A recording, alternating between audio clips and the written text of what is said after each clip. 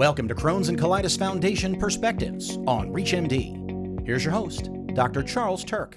This is Dr. Charles Turck from ReachMD, here talking to several faculty from the upcoming Crohn's and Colitis Congress, a partnership of the Crohn's and Colitis Foundation and the American Gastroenterological Association.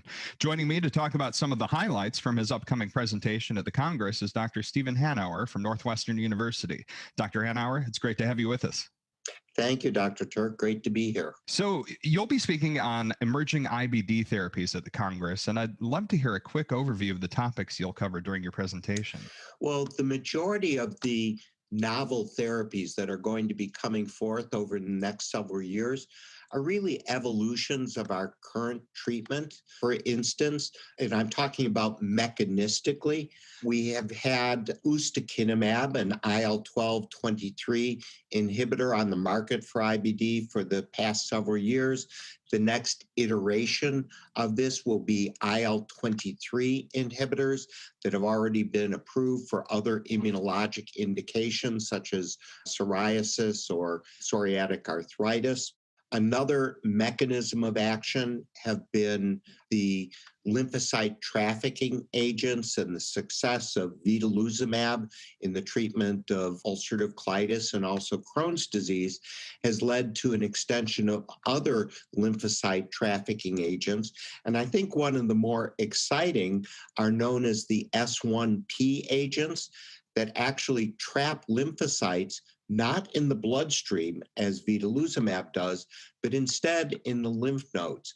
And already ozanimod has been approved for the treatment of multiple sclerosis and is well underway or on the way in phase 3 studies that have been completed for eventual approval for the treatment of ulcerative colitis, and then in the future, hopefully Crohn's disease.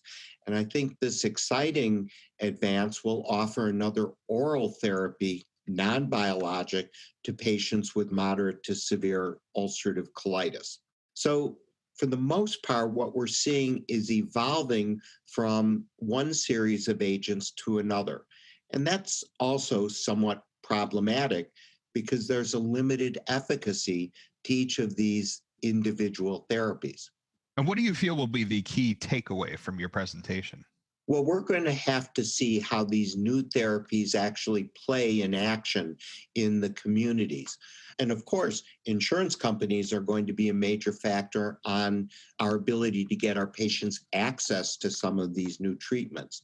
At the moment, I see that they're going to have some improvement in both efficacy and in safety. But we'll really have to see how they do play out in the real world once they do reach the marketplace. Now, from your perspective, how could your peers best incorporate what they'll learn from your presentation into practice? My peers are going to learn from publication of phase 3 results as they come to fruition. And in symposia, we're going to be giving highlights and really high-level results from the new treatments. Is going to take some real-world data as we're starting to assimilate with our current treatments to really get a perspective on the effectiveness rather than the efficacy of these agents in clinical trials, and learn how they really can be used when they're out in the community. Dr. Hanauer, thank you so much for taking the time to speak with us today. We're eager to hear your presentation and other great content from the 2021 Crohn's and Colitis Congress taking place January 21st through 24th. Thank you for having me, and I so much look forward to the conference. Learn more about this and other presentations at www.crohnscolitiscongress.org.